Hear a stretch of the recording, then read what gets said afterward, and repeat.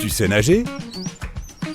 Bien, car tu vas voyager vers l'endroit le plus profond de l'océan Pacifique. Mets tes palmes. Le fond le plus abyssal de la fosse des Mariannes t'attend. Maintenant, entre dans l'eau. Vraiment, allez! Très bien. 30 cm sous l'eau. C'est la profondeur à laquelle tu peux nager sans équipement, comme un masque par exemple. Hé, regarde, ce doit être des touristes. Ou bien des baleines. 3 mètres sous l'eau. C'est un peu plus profond que les piscines publiques ou les plages des États-Unis. Tu peux voir des poissons colorés et même du phytoplancton qui se nourrit des rayons du soleil. 8 mètres de profondeur. C'est à ce niveau que se trouvent les fondations de la ville flottante de Venise, en Italie. Ces bâtisseurs ont posé des colonnes à cette profondeur, sur lesquelles ils ont ensuite construit les maisons et les rues. 10 mètres sous l'eau. Tu commences à ressentir une forte pression. À la surface, tu te trouves sous la pression atmosphérique, 1 kg force par centimètre carré. Mais ici, à 10 mètres, cette pression est doublée. Toutes les poches d'air de ton corps, dont tes poumons ou tes oreilles par exemple, commencent à se comprimer à cause de cette pression, ce qui te met mal à l'aise. Mais ne t'inquiète pas, tes organes sont souples et élastiques. Tu peux continuer à descendre. 12 mètres sous l'eau. Oups, tu commences à manquer d'air. Une personne peut en moyenne retenir sa respiration pendant 30 à 90 secondes. L'impressionnant record actuel est de 24 minutes et 37 secondes. Bon, tu auras besoin d'un équipement de plongée pour continuer ta descente. Et voilà, tu prends de la bouteille, dis donc. Les touristes plongent à cette profondeur pour observer les récifs et les coraux. Tu n'as pas besoin de compétences particulières pour cela, mais tu ne peux pas plonger plus profond sans formation ni permis. 14 mètres de profondeur. Fais attention, des requins nagent par ici à la recherche de nourriture. Parfois, les touristes descendent à cette profondeur dans une cage sécurisée pour voir ces bêtes de près. Il vaut mieux rester à l'écart de ces prédateurs et ne pas attirer leur attention. Assure-toi donc de ne pas porter de bijoux brillants. Les requins adorent ce genre de choses. 19 mètres sous l'eau. À cette profondeur, tu pourrais voir le laboratoire Aquarius Reef Base de Floride. Il s'agit d'un bâtiment entier avec des pièces pour explorer les fonds marins, le tout accessible par une trappe. 32 mètres de profondeur. Tu vois une étrange cloche suspendue à une chaîne. Les gens utilisaient cet objet pour plonger en eau profonde il y a environ 400 ans. Ils descendaient une cloche depuis un bateau au moyen de chaînes avec des plongeurs à l'intérieur. Il y avait assez d'air dans la cloche pour qu'ils puissent respirer. De cette façon, ils pouvaient explorer les navires naufragés et récupérer leurs trésors. 42 mètres. À cette profondeur, tu trouveras une ville entière engloutie dans le lac Qiandao en Chine. Tu peux encore y voir des rues, des maisons et des temples. 100 mètres. Waouh! Tu as failli percuter une énorme baleine bleue. Comment as-tu pu ne pas la voir? Ces animaux qui font la taille de 2 wagons de train plongent généralement à cette profondeur. Chut! Écoutons-les chanter quelques instants. C'est magnifique. Continuons. 200 mètres. C'est là qu'une grande partie de la vie océanique s'arrête. Les rayons du soleil pénètrent à peine plus bas.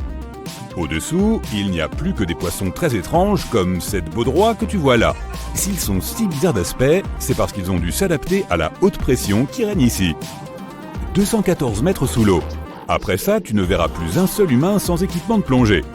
Cet homme détient le titre de l'homme le plus profond du monde, car il est le seul à avoir réussi à atteindre une telle profondeur. La pression de l'eau sur son corps à ce niveau était 20 fois supérieure à celle qu'on trouve à la surface. 300 mètres. C'était quoi ce bruit? Oh là, un sous-marin! C'est la profondeur maximale à laquelle ils peuvent descendre. Certains d'entre eux peuvent atteindre une vitesse de 42 km/h. Fait amusant, une autruche peut courir 2 fois plus vite, mais elle ne sait pas nager. 332 mètres. Tu peux dire au revoir à ce plongeur, tu n'en verras pas au-delà de ce point. Le record du monde a été établi dans la mer Rouge. Il n'a fallu que 12 minutes au plongeur pour atteindre cette profondeur. Mais il lui a fallu 15 heures pour revenir à la surface, afin d'éviter l'accident de décompression. Alors maintenant, tu enfiles ta combinaison de plongée profonde. Elle est complètement étanche et tu ne sentiras pas la pression incroyablement forte de l'eau sur ton corps. 443 mètres. Si tu mettais l'Empire State Building dans l'eau, son extrémité se trouverait ici. Et toute la moquette à l'intérieur serait mouillée. 700 mètres sous l'eau. La pression de l'eau ici est 70 fois plus élevée qu'à la surface. Les parties en plastique souple de ta combinaison ne peuvent pas résister à ce genre de pression. Mais une livraison d'urgence arrive. C'est un submersible de grande profondeur. Maintenant, tu peux continuer à descendre jusqu'au fond. 830 mètres. Ici, tu verrais la pointe du plus haut bâtiment du monde, le Burj Khalifa. Mais qui donc s'amuse à mettre tous ces immeubles dans l'eau ? 1641 mètres. C'est la profondeur de l'un des lacs les plus anciens et les plus profonds du monde, le lac Baïkal. Sa superficie est légèrement supérieure à celle de la Belgique. 2450 mètres. C'est la profondeur record atteinte par la plateforme pétrolière Perdido dans le golfe du Mexique. Et sa partie supérieure émergée, composée de 3 ponts, est presque aussi haute que la tour Eiffel. 3646 mètres. C'est la profondeur moyenne de l'océan Atlantique. Tu peux y voir un énorme tube aussi large que le cou d'une girafe. On dirait qu'il n'a pas de fin. Ce câble reliait l'Europe et l'Amérique du Nord et servait autrefois aux communications télégraphiques. 3750 mètres sous l'eau. Soudain, dans l'obscurité, tu aperçois la silhouette d'un navire. Pas possible, mais c'est le Titanic. La pression intense de l'eau écraserait complètement une personne à cette profondeur. Tu ne peux donc plonger jusqu'au Titanic que dans un sous-marin. 4000 mètres. C'est ici que s'arrête la mine la plus profonde au monde, la mine d'or de Mponeng en Afrique. Mais il existe encore des endroits plus profonds à visiter. Accélère. 6100 mètres. Ici, tu peux voir les débris les plus profondément engloutis d'un vieux navire. L'USS Johnston a coulé il y a plus de 70 ans. Tu peux encore clairement voir le numéro 557 sur sa proue. 8000 mètres. Ici, dans cette obscurité totale, tu trouveras le poisson le plus abyssal du monde, la limace de mer des Mariannes. Elle fait la longueur d'un chat domestique et a une peau presque transparente. Ses yeux sont peu développés pour la vision, car la lumière du soleil n'atteint jamais cette profondeur. 8850 mètres. Si tu prends le mont Everest, que tu le retournes et que tu le plantes dans la fosse des Mariannes, c'est exactement là que tu verrais sa pointe. Même s'il s'agit du point le plus haut de notre planète, il te reste encore un long chemin à faire jusqu'au fond. 10 900 mètres sous l'eau. Ici, dans le Challenger Deep, tu peux encore voir des créatures vivantes. Mais tu auras besoin d'un microscope pour cela. Les bactéries qui vivent ici se nourrissent de molécules organiques similaires au pétrole. Un peu plus profond. Félicitations, tu viens de toucher le fond. Tu te trouves à 11 000 mètres de profondeur. La pression ici est 1071 fois plus élevée qu'à la surface. Mais tu n'es pas la première personne à être venue ici. L'une des dernières expéditions au fond de la fosse des Mariannes a eu lieu en 2012. Un cinéaste américain y est descendu dans un sous-marin qu'il avait lui-même conçu. Mais la pression a cassé certains moteurs, il lui a donc été difficile de manœuvrer. Le sonar a lui aussi été endommagé et certaines des batteries se sont vidées. Il est resté dans le Challenger Deep pendant environ 3 heures et a pris de nombreuses photos et vidéos. Si tu regardes attentivement le fond lui-même, tu peux voir des bulles. C'est du dioxyde de carbone et du soufre liquide. Le dioxyde de carbone est liquide ici à cause de la pression extrême et de la température proche du point de congélation. Mais il y a encore de la vie ici, dans ces conditions plus que difficiles. Les 3 micro-organismes les plus courants sont les xénophyophores, les amphipodes et les petits concombres de mer. S'il y en a si peu, c'est qu'il n'y a pas beaucoup de nourriture ici. Généralement, on trouve beaucoup de feuilles de palmier au fond de l'océan. Elles descendent de la surface jusqu'ici. Mais la fosse des Mariannes est à 200 km des îles les plus proches. Donc la seule nourriture qu'on trouve, c'est du vieux plancton et des écailles de poissons provenant des couches supérieures de l'océan. Mais ils doivent parcourir des milliers de mètres avant que les habitants des fonds marins puissent s'en nourrir. Tu voudrais aller encore plus profond à l'intérieur de la croûte terrestre ? Dans ce cas, tu devras dégainer ta foreuse géante et allumer tes moteurs à réaction. Si tu descends encore de 60 km à travers la croûte terrestre, tu trouveras sa limite. Tu es maintenant dans le manteau supérieur. C'est un océan de lave chaude profond de 2900 km. Tu devras le traverser à la nage pour atteindre le noyau externe, d'une profondeur de 2200 km. Ensuite, tu atteindras le noyau interne. Encore 1215 km et... Félicitations, tu es au centre de la Terre. Ça me gêne un peu de demander, mais comment on sort d'ici ? Il y a beaucoup de poissons dans la mer. Certains ressemblent à s'y méprendre à Nemo ou à Dory. Puis il y a le poisson papillon. Et le charmant Guppy, qui est en effet très élégant. Et puis il y a... Ah, qu'est-ce que c'est que ça ? Je ne me paierai certainement pas un baptême de plongée pour voir ce truc. la baudroie détient officieusement le titre d'animal le plus laid du monde. Mais je n'oserais jamais lui annoncer la nouvelle. Il existe plus de 200 espèces de baudroies, barbotant actuellement quelque part dans les sombres profondeurs des océans Atlantique et Antarctique, et ce, à plus de 1000 mètres de profondeur. Certaines d'entre elles préfèrent d'autres conditions de vie, comme les eaux tropicales à peu profondes. Les différentes espèces de baudroies varient en forme et en taille, du célèbre dragon des abysses aux poissons grenouilles, lottes, poissons chauve-souris, poissons ballons de foot, Lophidae et Chonacidae. Les plus grandes peuvent atteindre la moitié de la longueur d'un lit d'adulte, mais la plupart d'entre elles mesurent moins de 30 cm. Étant donné que les options en termes de repas ne sont guère nombreuses là où elles vivent, elles ont dû mettre au point une technique de chasse unique. Elles ne gaspillent pas leur précieuse énergie à poursuivre des proies potentielles. Au lieu de cela, elles utilisent un morceau d'épine dorsale qui dépasse de leur bouche à la manière d'une canne à pêche, d'où leur nom anglais d'anglerfish. Au bout de cette canne à pêche se trouve un sac de bactéries bioluminescentes qui brillent dans l'obscurité. La lumière attire les proies et la baudroie n'a plus qu'à attendre et à savourer son repas livré directement dans sa bouche. Le corps de la baudroie est grand et souple, ce qui lui permet d'avaler facilement des proies, faisant 2 fois sa taille.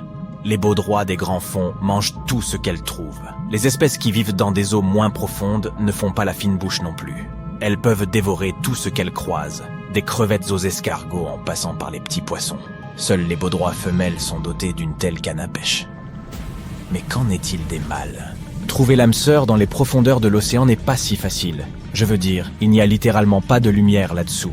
De plus, les températures sont glaciales et le taux d'oxygène est très faible. Les baudroies ne peuvent pas se permettre d'avoir beaucoup de rendez-vous galants dans ces conditions, alors elles s'accouplent pour la vie. Et avant que tu ne trouves ça trop mignon, il faut préciser qu'elles le font d'une manière assez spéciale. Les baudroies mâles sont beaucoup plus petites que leurs dulcinées. Le contraste est si frappant que lorsque les chercheurs se sont intéressés pour la première fois à leur vie amoureuse, ils pensaient que ces mâles étaient en fait des rejetons ou des alevins qui traînaient à côté de leur maman. Certaines espèces de baudroies mâles possèdent des récepteurs qui leur signalent la présence d'une femelle à proximité. Après l'accouplement, le mâle mord sa compagne et reste accroché à sa tête, à son ventre, près de sa queue ou à tout autre endroit auquel ils ont accès. Alors qu'ils fusionnent ainsi ensemble pour toujours, la femelle reçoit les cellules, l'ADN et les organes reproducteurs du mâle, mais perd ses cellules immunitaires. Le mâle est donc logé et nourri gratuitement en permanence. Compte tenu des prix actuels de l'immobilier, ça semble être le pied. Mais ce logement est partagé par un maximum de 8 mâles, et ils ne peuvent pas déménager si l'envie leur prend un jour. Il est peu probable que tu rencontres ce poisson des profondeurs dans la vraie vie. Mais si tu es fan de ARK, survival, et que tu y croises une baudroie, n'oublie pas que tu peux facilement la devancer à la nage et l'amadouer à coups de fléchettes tranquillisantes. Une fois que tu te seras lié avec elle, la baudroie peut devenir ton éclaireur et t'aidera à découvrir de nouvelles zones grâce à ses capsules bioluminescentes. De retour dans le monde réel, dans la zone crépusculaire de l'océan, entre 200 et 1000 mètres de profondeur, la baudroie n'est pas la seule créature que tu sois chanceux de ne jamais rencontrer. De nombreux habitants de la région semblent tout droit sortis d'un film d'horreur ou de science-fiction, mais c'est parce qu'ils ont dû s'adapter à ce monde obscur et abyssal. J'ai fait de mon mieux pour te préparer aux créatures que tu t'apprêtes à rencontrer, en commençant par le poisson ogre. Ce dernier passe la plus grande partie de leur vie dans les profondeurs, mais la nuit, ils remontent vers la surface pour se nourrir. Ces animaux sont plus actifs que la plupart des autres habitants des abysses. Ils n'attendent pas que la nourriture vienne à eux, mais la traquent et l'attrapent avec leurs longues dents carnassières. Comme ils n'ont pas d'ampoule intégrée comme la baudroie, ils ont développé un excellent odorat et exploitent la faible lumière du soleil, qu'ils parviennent à déceler dans les profondeurs pour se repérer. Parfois, l'ombre d'une proie potentielle qui passe suffit à les faire passer à l'action. Bien qu'ils n'aient pas l'air bien charmants, ils sont tout à fait inoffensifs pour l'homme, des fois que tu tombes sur l'un d'entre eux. Malacosteus semble être le nom d'un sortilège interdit, mais il s'agit en fait d'un autre habitant des profondeurs, qui a des habitudes de chasse tout à fait sournoises. Il possède des photophores spéciaux, produisant de la lumière sous chaque œil. Ceux-ci émettent de la lumière verte et rouge à la manière d'un feu de circulation. Contrairement à d'autres poissons, ces derniers ne quittent pratiquement jamais la zone crépusculaire, et la zone de minuit qui, elle, se trouve entre 1000 et 4000 mètres. Leur mâchoire inférieure représente un quart de la longueur totale de leur corps, et ils la gardent ouverte en permanence dans l'espoir d'obtenir un repas. Il a l'air d'un prédateur féroce, mais il préfère surtout le zooplancton, avec un dessert occasionnel de crevettes, de krill ou de petits poissons. Tu ne t'attendais sûrement pas à rencontrer un hybride d'anguille et d'oiseau, mais le voici. L'anguille nemictis possède un bec semblable à celui d'un oiseau, avec des pointes recourbées. Ce bec est pourvu de minuscules dents crochues que les anguilles utilisent pour attraper les antennes de délicieuses crevettes. Ce poisson est très mince. Il peut atteindre 1,50 m et ne pèse pas plus de 200 grammes. Les chercheurs ne connaissent pas encore tous les secrets de cette anguille, car il est assez difficile de l'étudier dans son habitat naturel. Mais il semblerait qu'elle ne se reproduise qu'une fois dans sa vie et qu'elle meure ensuite. Les calmars de verre aiment se la couler douce et se laissent littéralement porter par le courant. Ils regorgent d'une solution de chlorure d'ammonium plus légère que l'eau. Ils n'ont donc aucun effort à fournir pour se déplacer dans les profondeurs sous-marines à la recherche de nourriture et de partenaires. Ces créatures sont transparentes, ce qui leur permet de se fondre dans n'importe quel paysage et de ne pas projeter d'ombre en se déplaçant, ce qui constitue une excellente tactique de survie. En cas de danger, ce calmar peut se transformer en une boule grumeleuse en poussant sa tête et ses tentacules dans sa cavité paléale. Il peut également libérer de l'encre dans son manteau et passer de la transparence à un noir de jet. Cette même encre peut le protéger contre les baleines et les oiseaux de mer affamés. Une autre tactique qu'ils utilisent pour effrayer les prédateurs consiste à activer les organes bioluminescents autour de leurs yeux. Je commence à avoir faim. Je pourrais peut-être grignoter ce concombre de mer? Aïe, il bouge. Je suppose qu'il n'a rien à faire dans ma salade, après tout. Ces animaux à corps mou vivent dans toutes les parties de l'océan, depuis les eaux peu profondes jusqu'au fond des abîmes. La plupart d'entre eux se déplacent lentement à l'aide de leurs petits pieds, mais certains rampent en remuant tout leur corps. Les concombres de mer peuvent se débarrasser de leurs organes internes à l'approche d'un prédateur. Ces organes collants détournent l'attention de l'intrus, et le concombre, heureux, poursuit sa route tout en laissant repousser ses organes. Qu'est-ce qui scintille au loin? On dirait que quelqu'un a laissé tomber des pierres précieuses dans l'eau. C'est un saphirina, également connu sous le nom de l'animal le plus beau que l'on ait jamais vu. Certains mâles parmi ces copépodes peuvent changer de couleur, passant du bleu profond au violet, au rouge ou à l'or. Une seconde plus tard, tout a disparu. Puis ils recommencent, brillant de 1000 feux. Le secret de cette magie est que leur corps est transparent et reflète la lumière différemment sous certains angles. On dirait que c'est leur façon de communiquer entre eux et d'attirer des partenaires. Les saphirinas femelles n'ont pas la même capacité, mais leurs yeux sont plus grands que ceux des mâles, probablement pour les repérer de loin. Les mâles vivent en liberté, tandis que leurs dames demeurent dans d'étranges palais de cristal faits de gelée, en forme de tonneaux, et qu'on appelle des salpes. La fosse des Mariannes est l'endroit le plus profond et probablement le plus mystérieux de la planète, quoi que cela veuille dire. Des créatures bizarres telles que le poisson pêcheur des profondeurs, le requin lutin et l'exanquiforme, le poisson fantôme ou encore le poisson hachette vivent dans une fosse en forme de croissant dans le Pacifique occidental. 3 personnes seulement sont descendues au fond à bord du Challenger Deep à l'extrémité sud de la fosse des Mariannes. Ici, à une profondeur de près de 3350 mètres, des cheminées laissent échapper du dioxyde de carbone et du soufre liquide. Les volcans de boue entrent en éruption sous une pression 1000 fois supérieure à celle de la surface. Et donc, ce n'est pas un endroit où j'ai envie d'aller, alors au revoir. Retourne là-dedans. D'accord, puisque tu as cliqué, oui, tu es sur le point de visiter des endroits tout aussi mystérieux et effrayants que la fosse des Mariannes. Ton premier arrêt est le Mexique, la péninsule du Yucatan pour être précis. Tu vois ces gouffres sans fond remplis d'eau cristalline? C'est de l'eau de source qui recouvre de l'eau salée provenant de la mer. Ces gouffres sont appelés cénotes. Les Mayas prenaient ces puits naturels pour les portes d'un monde souterrain.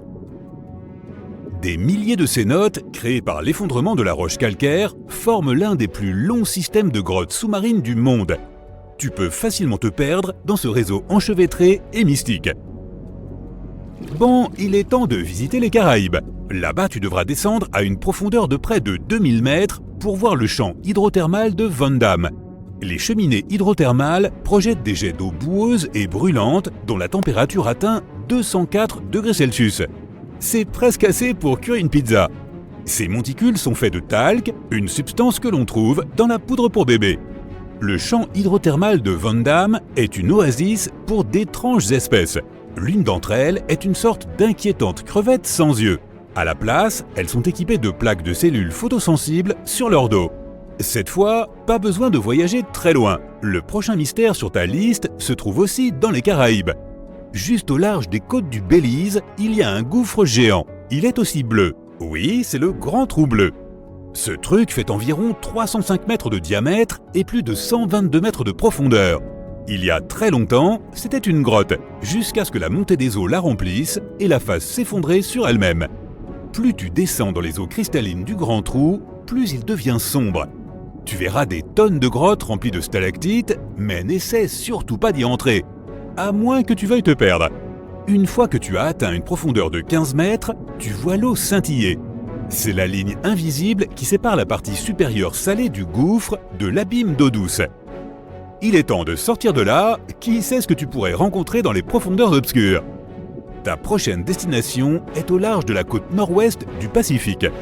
Près de 500 sources de bulles de méthane ont été découvertes à cet endroit il y a plusieurs années. À cause de ces bulles, les cheminées ont reçu le nom d'écoulement de champagne. C'est vrai que ça sonne mieux que spa de paix. Les scientifiques restent perplexes face à ce phénomène. D'où vient le méthane? De vaches sous-marines? Pourquoi sa température est-elle plus élevée que celle de l'océan qui l'entoure? Et surtout, que se passerait-il si tu réussissais à allumer une allumette quelque part près d'une grande bulle? Le méthane est un gaz hautement inflammable, et mettre le feu à une bulle de méthane, eh bien, tu vois ce que je veux dire. Et maintenant, tu pars pour l'Islande. L'objectif est de plonger dans Silfra, une fissure remplie d'eau pure de glacier. Cette fissure de 63 mètres de profondeur est le seul endroit sous-marin de la planète où tu peux toucher 2 continents en même temps. Plus on s'enfonce, plus l'obscurité règne. Le paysage rocheux a l'air de venir d'un autre monde. Les plongeurs qui osent visiter cet endroit incroyable risquent de voir leur équipement gelé, de souffrir d'hypothermie ou de ne pas survivre du tout. Après tout, la température de l'eau dans la fissure de Silfra est d'environ 2 degrés Celsius toute l'année. Brrr. Ta prochaine destination est l'Écosse. Ok, prépare les cornemuses. Si tu plonges dans le golfe de Corryvreckan, un détroit entre 2 îles, tu verras d'énormes rochers sous-marins et des creux profonds. Ils créent le 3e plus grand tourbillon permanent de la planète, le détroit de Corryvreckan. L'eau se déplace dans le détroit à une vitesse incroyable. Elle heurte les rochers sous-marins et le tout ressemble à une marmite d'eau bouillante. Les vagues produites dans le processus atteignent parfois une hauteur de 5 mètres et on peut toujours entendre le tourbillon qui gronde à 16 km à la ronde. On pense que le détroit de Corryvreckan a avalé des dizaines de marins au cours des siècles. Ils ont été pris au dépourvu par la férocité de ce phénomène naturel qui les a entraînés sous l'eau en un clin d'œil. Ok, assez avec les cornemuses. Tes aventures deviennent de plus en plus extrêmes. Tu te diriges vers l'Antarctique. Là-bas, dans l'océan austral, tu trouveras la plateforme de glace de la mer de Ross. Elle a à peu près la taille de l'Espagne et l'océan en dessous contient autant d'eau que la mer du Nord. Un jour, des scientifiques ont foré jusqu'au fond de cet énorme morceau de glace. Imagine leur étonnement lorsqu'ils ont trouvé de la vie dans ces conditions extrêmes. Les chercheurs ont découvert des dizaines d'espèces mystérieuses inconnues jusqu'alors. Les plus troublantes étaient des poissons qui nageaient à l'envers et des anémones de mer retournées, suspendus dans les eaux glaciales. J'espère que les endroits bizarres à la réputation douteuse ne t'effraient pas. Ah, tu es sur le point de visiter le Triangle des Bermudes. Il s'agit d'une zone située entre les Bermudes, la Floride et Porto Rico, où des avions et des bateaux semblent disparaître dans les airs. Ce lieu a attiré l'attention pour la première fois en 1945. C'est alors que 5 avions de la marine américaine ont disparu pendant un entraînement. Avant que le contact radio soit perdu, le chef de vol a dit « Nous entrons dans les eaux vives, quelque chose ne tourne pas rond ». Après cela, les avions et les 14 hommes qui les pilotaient ont disparu. Ce qui est encore plus effrayant, c'est qu'un avion de secours avec 13 personnes à bord n'est jamais revenu non plus. Certaines personnes pensent que la cité mythique de l'Atlantide se trouve au fond du triangle. Ils affirment que ses habitants utilisent des technologies extraterrestres pour couler des navires et faire tomber des avions. D'autres attribuent la faute à des phénomènes naturels rares et inconnus, par exemple des anomalies magnétiques ou des énormes poches de méthane inflammables. On recommence. Alors si un éclair enflammait une bulle de méthane géante près d'un navire ou d'un avion, cela pourrait probablement le faire couler sans laisser de traces, sauf l'odeur. Mais le méthane se trouve partout dans le monde et il ne se comporte jamais de cette façon. Certains experts ne sont pas sûrs qu'il y ait un mystère à expliquer quoi qu'il en soit. De nombreuses routes maritimes très fréquentées passent par cette zone. Pas étonnant que des navires et des avions y coulent plus que partout ailleurs. Prépare des vêtements chauds, tu pars à nouveau vers le nord. Ta destination est le cap Désolation au Groenland. Sympa comme endroit.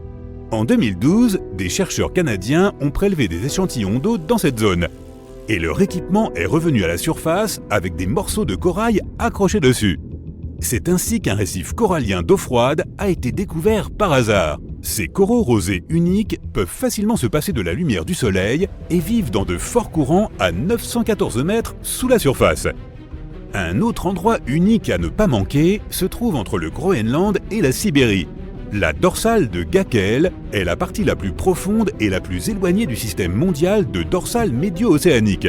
À certains endroits, elle atteint une profondeur de plus de 5 km. Il est normal que les coins les plus sombres de ce monde sous-marin restent inexplorés. Des réactions chimiques fascinantes se déroulent au fond de la dorsale, produisant des fluides chauds riches en minéraux. Ils jaillissent des cheminées du plancher océanique comme des étudiants de première année lors d'une fête clandestine. Et comme ces cheminées sont isolées du reste de l'océan, ce sont des points chauds pour des créatures bizarres qu'on ne trouve nulle part ailleurs dans le monde. Ton prochain arrêt est juste au large des côtes de Cuba. Colonnes circulaires, sol pavé, structures symétriques en pierre, voilà à quoi ressemble la ville sous-marine cubaine. Que s'est-il passé ici? Comment une grande ville a-t-elle sombré à une profondeur de plus de 610 mètres? Beaucoup de gens pensent que ce sont les ruines d'une civilisation depuis longtemps oubliée. Mais les scientifiques ont des doutes. Ils affirment que la cité perdue n'est rien d'autre qu'un phénomène naturel apparu il y a environ 5 millions d'années. Les structures en forme de disques et de beignets apparaissent souvent autour des zones du plancher océanique où se libèrent les gaz naturels. Encore et toujours ces gaz. Lorsque tu viens visiter la mer des Sargasses au milieu de l'océan Atlantique Nord, tu ne trouves pas ses côtes. Au lieu de cela, elle est entourée de puissants courants océaniques. Ce sont ces mêmes courants qui transforment la mer en une gigantesque formation d'algues brunes et denses. Au XIXe siècle, un navire français a été découvert dans la mer des Sargasses. Ses voiles étaient déployées, mais il n'y avait pas un seul membre d'équipage à bord. Cette disparition mystérieuse a longtemps laissé penser que ces algues étaient carnivores. La mer des Sargasses est en effet un endroit étrange. Elle est toujours étrangement calme et anormalement chaude, bien qu'elle soit entourée par les eaux glacées de l'océan Atlantique. Est-ce que l'un de ces endroits bizarres pourrait abriter le plus grand prédateur marin de tous les temps, le mégalodon? Les dents de ce requin géant, dont certaines sont plus grandes que la main d'un homme adulte, ont été retrouvées à peu près partout dans le monde. Mais comme ces créatures préféraient les eaux chaudes et peu profondes, elles vivaient le long des côtes de tous les continents, à l'exception de l'Antarctique. En d'autres termes, ce serait une perte de temps de chercher le prédateur géant dans les profondeurs de la fosse des Mariannes, au Groenland ou dans les cénotes mexicains.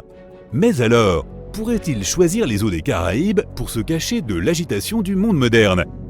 Ne te fais pas d'illusions, rien ne prouve à ce jour l'existence du mégalodon. Ce n'était pas un animal timide et insaisissable. Et toujours est-il que personne n'a vu ce requin géant rôder dans les parages récemment, pas même près des spas de paix. Si tu pouvais plonger directement dans l'obscurité mystérieuse des profondeurs de l'océan, qui sait ce que tu trouverais?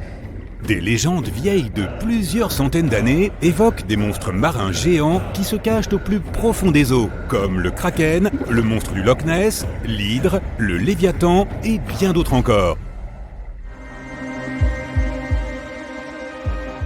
D'accord, personne n'a jamais vu ces créatures. Mais il y a quand même des araignées de mer, des calamars et des vers, et bien d'autres animaux bizarres qui ont grandi bien au-delà de ce à quoi l'on s'attendait. Jette un coup d'œil à ce calmar colossal provenant des eaux subantarctiques. Il est environ 14 fois plus long que l'encornet Minami qui vit près de la Nouvelle-Zélande.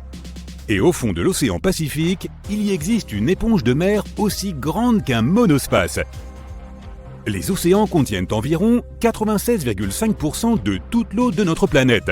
Jusqu'à 80% de toute la vie sur Terre que nous avons découverte se trouve sous la surface de l'eau. Nous n'avons pas encore exploré, cartographié ni même visité plus de 80% de l'océan. En fait, nous avons mieux cartographié Mars que les fonds marins. La pression qui règne là-dessous est insensée et elle te donnerait l'impression d'être écrasé par près de 50 jumbo jets. Quant aux températures à de telles profondeurs, elles sont extrêmement basses. Les conditions qui règnent au fond de l'océan sont rudes. Les créatures qui y vivent doivent donc s'adapter. C'est pourquoi beaucoup d'entre elles sont devenues très grandes pour survivre. Ce phénomène est appelé gigantisme des profondeurs. Plus tu t'enfonces sous la surface, moins il y a de lumière solaire. C'est pourquoi les températures baissent drastiquement. Le résultat de ce phénomène est une augmentation de la taille des cellules et une plus longue espérance de vie. De plus, ces créatures n'ont pas autant d'oxygène que les animaux marins qui vivent dans des parties moins profondes. Et leurs sources de nourriture sont minimes. La plupart de la nourriture qu'ils reçoivent provient des eaux moins profondes et seule une petite partie de celle-ci ruisselle vers les abysses. Et quand il n'y a pas assez de nourriture, être grand est un avantage. Les créatures plus grandes peuvent se déplacer plus loin et plus vite pour trouver quelque chose à manger. Leur métabolisme fonctionne plus lentement. Elles ne digèrent pas la nourriture aussi vite, elles peuvent donc stocker celle-ci et conserver de l'énergie pour les moments difficiles où elles ne trouvent rien à manger. Elles n'ont pas non plus besoin de réguler leur température corporelle, ce qui les aide à économiser un peu d'énergie qu'elles peuvent ensuite transférer à d'autres processus corporels. Elles arrivent à maturité plus lentement et plus tard que les créatures qui vivent dans des eaux peu profondes. La majorité des espèces de poissons qui vivent dans les abysses vivent 30 ans, voire plus. L'oplostète orange, quant à lui, vit jusqu'à 150 ans. Ce poisson mesure 7 mètres de long et pèse jusqu'à 1,5 tonnes. Mais il lui faut plus d'un siècle pour atteindre ces dimensions. Il commence à chercher un partenaire lorsqu'il a 30 à 40 ans. Et s'il peut vivre aussi longtemps, c'est parce qu'il n'y a pas beaucoup de prédateurs à de telles profondeurs. De plus, il n'y a pas d'humains ou d'autres éléments qui peuvent le déranger ou mettre son existence en péril. À de telles profondeurs, l'environnement est assez stable, donc beaucoup d'animaux s'y trouvent comme de véritables fossiles vivants. Ils n'ont probablement pas changé depuis des millions d'années. Les 200 premiers mètres de profondeur de l'océan sont considérés comme la haute mer. La majorité de la vie marine que nous avons découverte y vit, car c'est la zone que le soleil peut encore atteindre.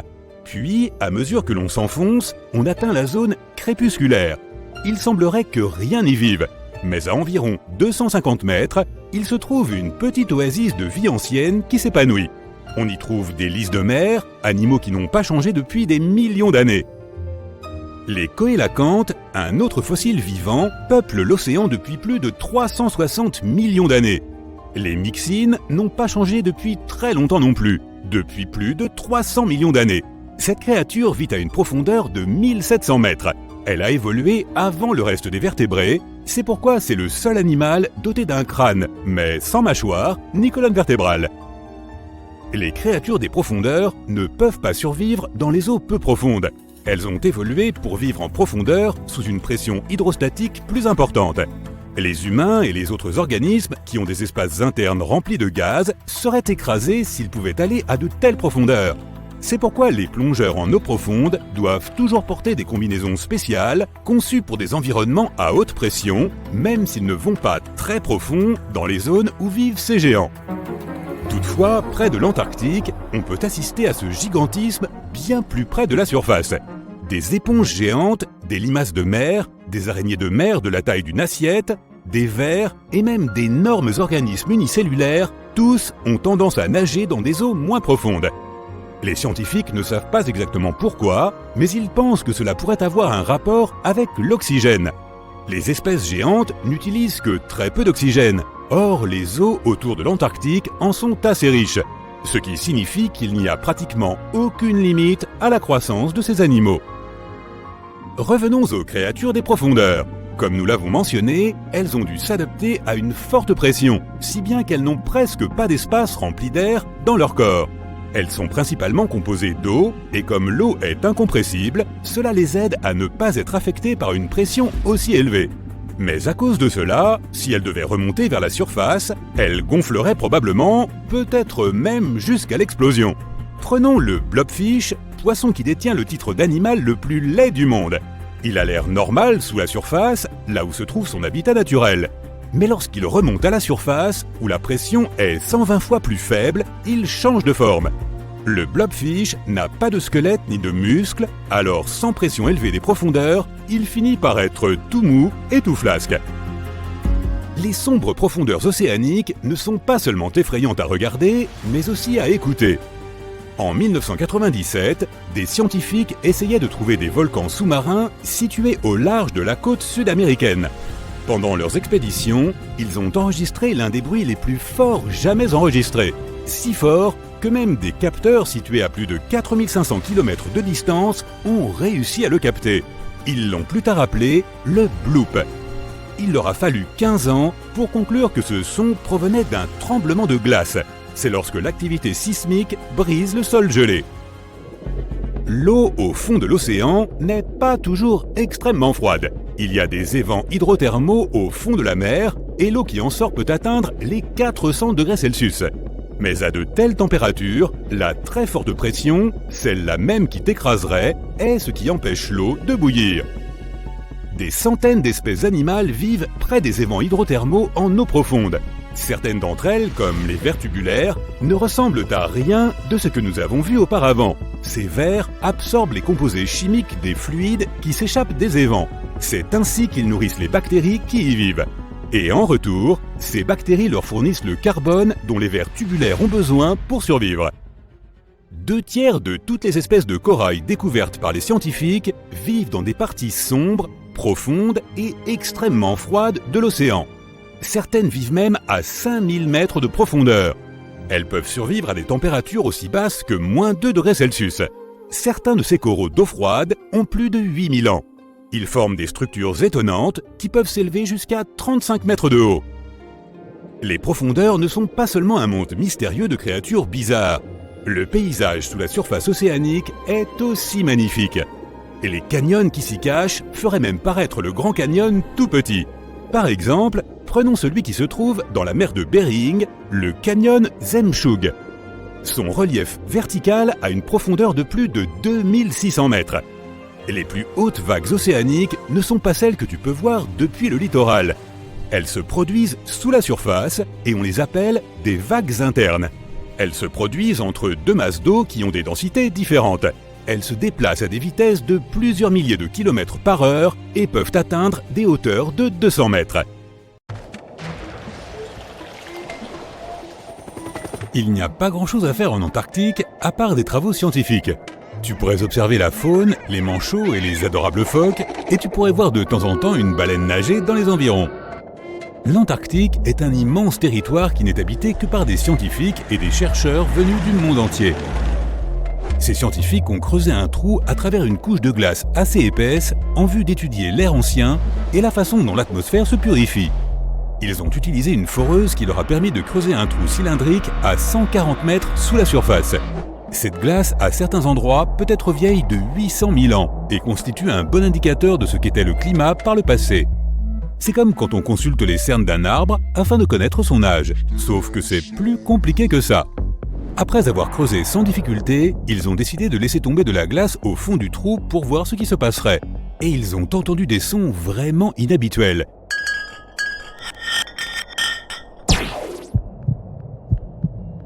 Ils avaient l'impression d'être dans un vaisseau traversant un espace semé d'obstacles, avec de nombreux rochers se fracassant les uns contre les autres. Les sons changeaient à mesure que tombait rapidement le bloc de glace, passant de l'aigu à un son plus grave qui ressemblait à un battement de cœur. Cela a grandement déconcerté nos scientifiques, qui ont jeté un autre morceau de glace dans le trou et ont découvert que le même type de son se produisait, mais avec quelques variations. Ils ignoraient ce qui se trouvait sous la glace et, plus important encore, ce qui produisait ces sons. L'Antarctique compte un grand nombre de volcans dont beaucoup se trouvent sous des couches de glace super épaisses. Les chercheurs ont découvert 91 volcans et affirment qu'il pourrait y en avoir d'autres, ce qui en fait potentiellement la région volcanique la plus étendue du monde. Alors qu'ils effectuaient des travaux de recherche ordinaires, ils sont tombés sur tout un tas de formations souterraines coniques, ne laissant pas place au doute. Certaines de ces formations étaient enfouies jusqu'à 3 km sous la glace. Certains pics faisaient plus de 914 mètres de haut et des dizaines de kilomètres de large. Mais à la surface, tout était lisse et blanc.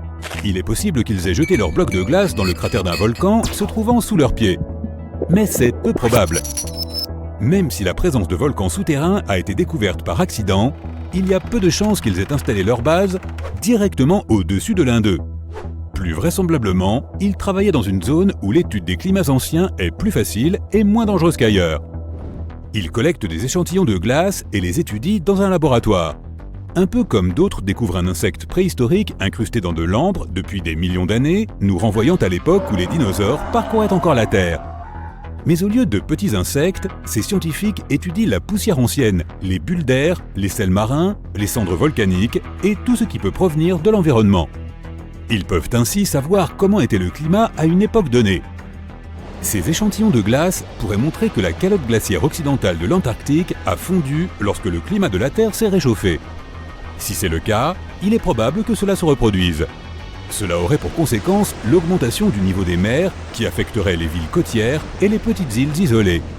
Mais les scientifiques ne sont pas encore sûrs de ce qu'ils avancent, malgré certaines preuves à l'appui. L'étude d'un échantillon de glace peut prendre une semaine ou un an, selon ce qu'ils y trouvent. Ils écrasent ou font fondre l'échantillon petit à petit. Et comme pour les cernes des arbres, plus la couche est profonde, plus on remonte dans le temps. Pour étudier les anciennes bulles piégées dans la glace, les chercheurs doivent broyer les échantillons sous une hotte à vide et les en extraire, puis les stocker dans des flacons. Il existe divers instruments et appareils pour l'étude des échantillons de glace, mais comme ils sont très fragiles, toutes les analyses doivent être effectuées dans une salle stérile afin que le matériel ne soit pas contaminé. Les scientifiques doivent porter des combinaisons et des gants et l'air doit être constamment renouvelé. Même quelque chose d'aussi minuscule et insignifiant qu'une empreinte digitale peut anéantir un échantillon. Ils recherchent certains motifs qui leur laisseront entrevoir les changements dans la composition et la température de l'atmosphère. Mais faire tomber un bloc de glace dans un trou n'est pas si grave. S'il émet un son particulier, c'est pour la même raison que le son du klaxon d'une voiture en mouvement est différent de celui d'une voiture à l'arrêt. Le terme scientifique pour cela est l'effet Doppler. Il s'agit du changement de fréquence d'une onde observé quand la distance entre la source et le récepteur varie. Cela ne signifie pas que la fréquence du son change vraiment, elle ne fait que se décaler. Il se passe la même chose avec d'autres types d'ondes, comme celles de l'eau ou de la lumière. Mais pour l'observation de l'effet Doppler, les ondes sonores sont ce qu'il y a de mieux. Donc, quand les scientifiques ont laissé tomber leur bloc de glace au fond du trou, les ondes sonores sont remontées et se sont répercutées sur la paroi du cylindre qu'ils avaient creusé. Voilà pourquoi ils ont entendu un son aussi étrange. N'oublions pas que ce bloc de glace avait voyagé à 140 mètres sous la surface. Les navires pétroliers creusent dans la croûte océanique des trous de plusieurs milliers de mètres. Le forage profond de Kola, en Russie, est le trou le plus profond jamais réalisé par l'homme. Il s'enfonce à plus de 12 200 mètres sous la surface, et il a fallu presque 20 ans pour atteindre ces 12 km. Juste au-dessous, on n'est qu'à mi-chemin du manteau terrestre. Par rapport à la taille de la planète, ce trou très profond ne fait littéralement que gratter la surface. Il n'était pas fait pour l'extraction de pétrole et il ne se trouve pas dans l'océan. Le forage a été arrêté en 1992 lorsque les ingénieurs ont découvert que les températures étaient de 37 degrés supérieures à ce qu'ils avaient prévu. Ils l'ont donc abandonné et il ne sert à présent plus à rien. Mais c'est le trou le plus proche du centre de la planète que nous ayons jamais creusé.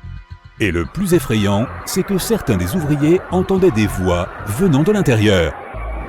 À Beyrouth, au Yémen, il y a un trou ancien au milieu du désert. Il est en fait plus proche d'Oman que de la capitale Sanaa. Ce trou plonge les habitants comme les experts dans une grande perplexité.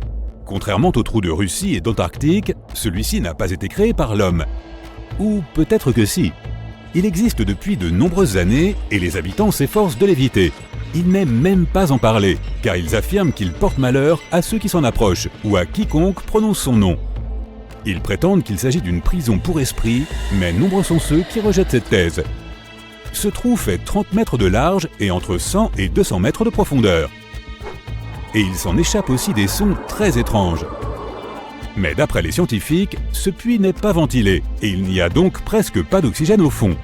Ainsi, il est peu probable que quelqu'un ou quelque chose vive à l'intérieur.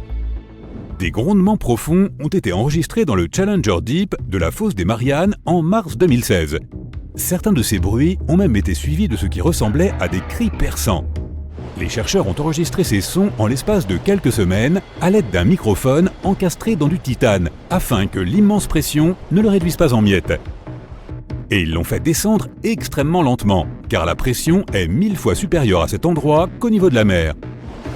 Pendant 23 jours, le microphone a enregistré le son des baleines et celui des bateaux, et même le grondement des tremblements de terre.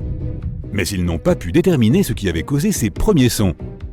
Ils ne savaient pas si ces bruits avaient une source naturelle ou s'ils étaient produits par les humains. Ils voulaient aussi savoir si ces sons affectaient la vie marine, comme les dauphins et les baleines qui dépendent de l'écholocation. Mais ils n'ont pas trouvé de réponse. Les scientifiques estiment que l'océan est environ 10 fois plus bruyant qu'il y a 50 ans. Avec le développement des technologies de navigation, les sous-marins et les constructions sous-marines, l'océan est de plus en plus bruyant avec le temps. Les aurores boréales s'accompagnent elles aussi de sons dont personne ne parle. On les entend généralement au moment où l'intensité des aurores est au plus haut. Les scientifiques ignorent d'où viennent ces claquements et crépitements lointains, mais à l'aide de microphones spéciaux, ils ont pu localiser ces sons à une hauteur de 70 mètres au-dessus du sol, ce qui est plutôt bas. Ils sont en vérité causés par des charges électriques très puissantes dans certaines zones du ciel. Les orages magnétiques, qui sont à l'origine des aurores, viennent perturber l'électricité atmosphérique. En conséquence, de minuscules étincelles éclatent dans le ciel, ce qui provoque des claquements et ce faible crépitement.